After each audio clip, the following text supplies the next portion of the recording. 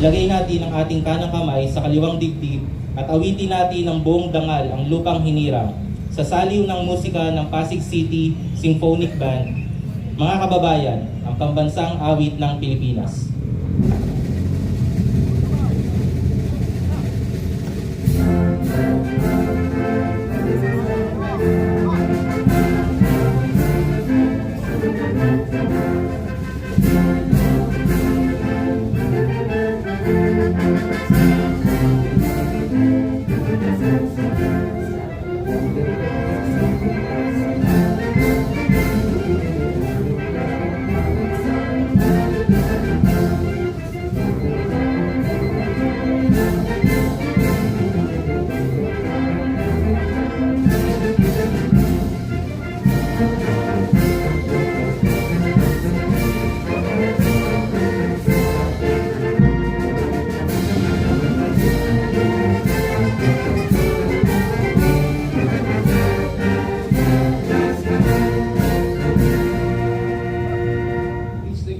District 2, tawagin ko po muna si Consi Angelo De Leon ng District 2 Councilor.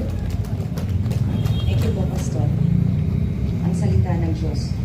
Ipinaproklama ko ang Joshua 1 verses 7 to 8. Basta't magpakatatag ka at lakasan mo ang iyong loob. Sundin mong mabuti ang buong kautosang binigay sa inyo ni Moises. Huwag kang susuway sa anumang nakasaad doon at magtatagumpay ka saan ka man magpunta. Huwag mong kaliligtaang basahin ang aklat ng kautusan. Pagbulay-bulayan mo iyon araw at gabi upang mapatupad mo ang lahat ng nakasaad doon. Sa gayoy, magiging masagana at matagumpay ang iyong pamumuhay. Ang salita ng Diyos.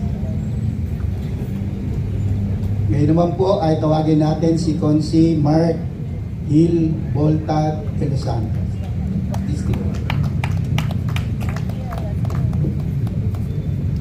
Magandang umaga po sa lahat.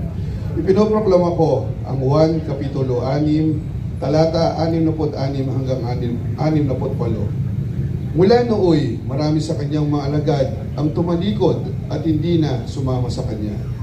Tinanong ni Jesus ang 12, "At kayo, gusto rin ba ninyong umalis?" Sumagot si Simon Pedro, "Panginoon, kanino pa kami sasama? Nasa inyo ang mga salitang nagbibigay ng buhay na walang hanggan."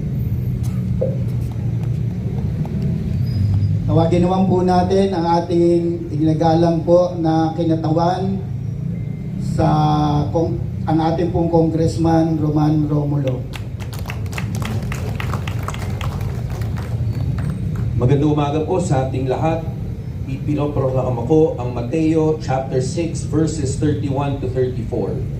Kaya't huwag kayong mag-alala na baka kayo kapusin sa pagkain, inumin o damit.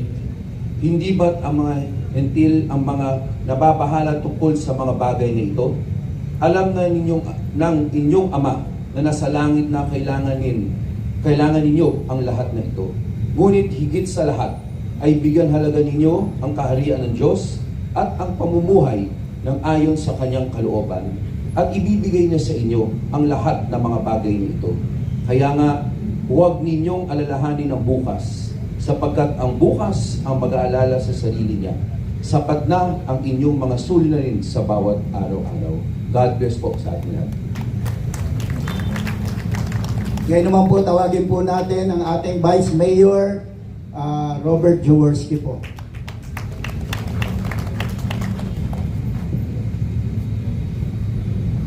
Pinoproklama ko ang Deuteronomio 32, 45 hanggang 47. Pagkatapos kasi ni Moises ang lahat ng ito sa harap ng buong bayan ng Israel, sinabi niya, "Itanim ninyo sa isip ang mga salitang narinig ninyo sa akin ngayon.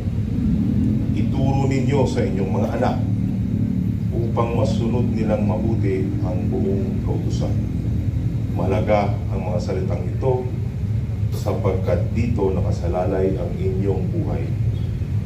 Kung ito'y susundin ninyong mabuti, mabubuhay kayo ng matagal sa lupaing sasapupin ninyo sa kabila ng Jordan." Salamat po, Vice. Ngayon po ay tinatawagan natin ang ating pong punong lungsod, Mayor Vico Soto.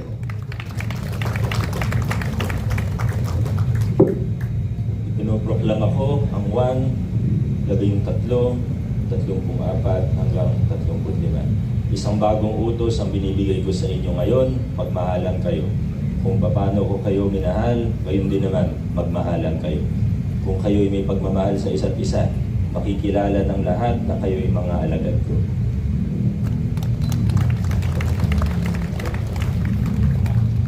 Sige po, dyan po nagtatapos ang ating maikling programa sa ating I Proclaim.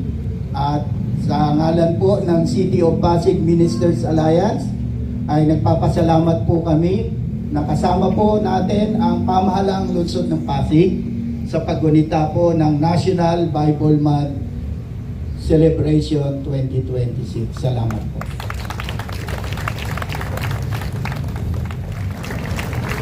Magandang umaga po sa ating lahat, Congressman Roman, Vice Mayor Dodot, sa ating mga konsehal at sa lahat ng kawani ng ating nasyonal at lokal na pamahalaan.